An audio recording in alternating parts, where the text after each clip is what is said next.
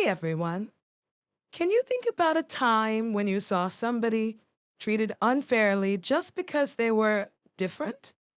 Maybe it was the way they spoke, the clothes they wore, or something else. Remember that feeling?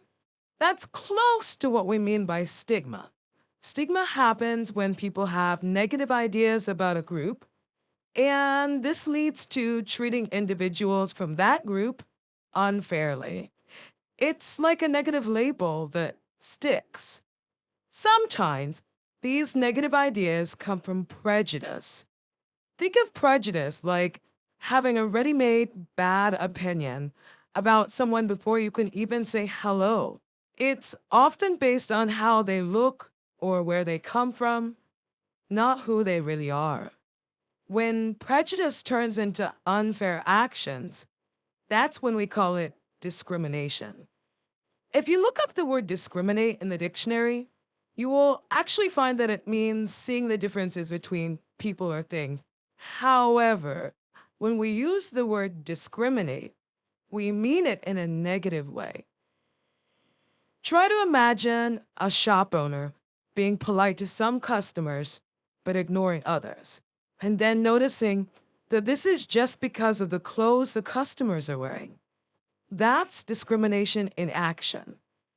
Treating people differently in a negative way because of prejudiced ideas. The idea that the people with the nicer clothes will buy more, are better customers, and deserve better service. Now, let's think about these ideas in terms of how we view people's bodies. We live in a world with a lot of messages about how we should look. When we face negative attitudes or are treated unfairly specifically because of how much we weigh, we call that weight stigma. It's like applying that negative label just because of someone's size. Have you ever wondered why the perfect body in movies seems to change every few years? Or why different magazines show different ideas of beauty? What does that tell us about where these ideas really come from? Well, unfortunately, just like any kind of stigma, weight stigma can really hurt. It can make people feel really ashamed or embarrassed of their bodies. They can feel alone and isolated. And it can even make it harder for them to be healthy. To understand how serious this can become, let's talk about what a disorder is. Think of a disorder like when your phone isn't working properly. Something that should be functioning normally just isn't. An eating disorder is when someone's thoughts and behaviors around food and their body become very unhealthy and cause problems in their life.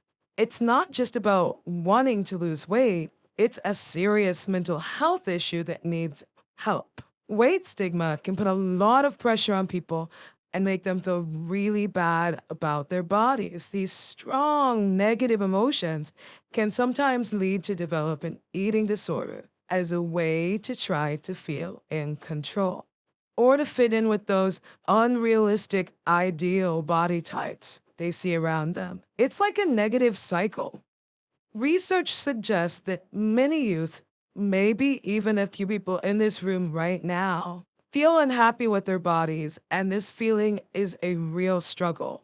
That's a lot of people carrying around these tough feelings, and it can make them more likely to have negative thoughts about themselves and unhealthy behaviors with food.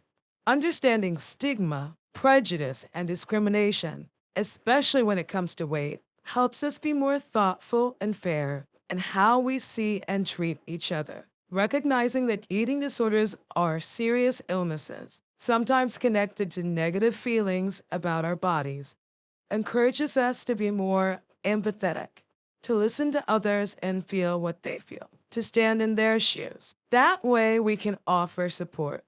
The next time you see a picture online or in a magazine that shows a perfect body, stop for a moment and ask yourself, who created this? And does it really represent all the healthy and amazing ways our bodies can be?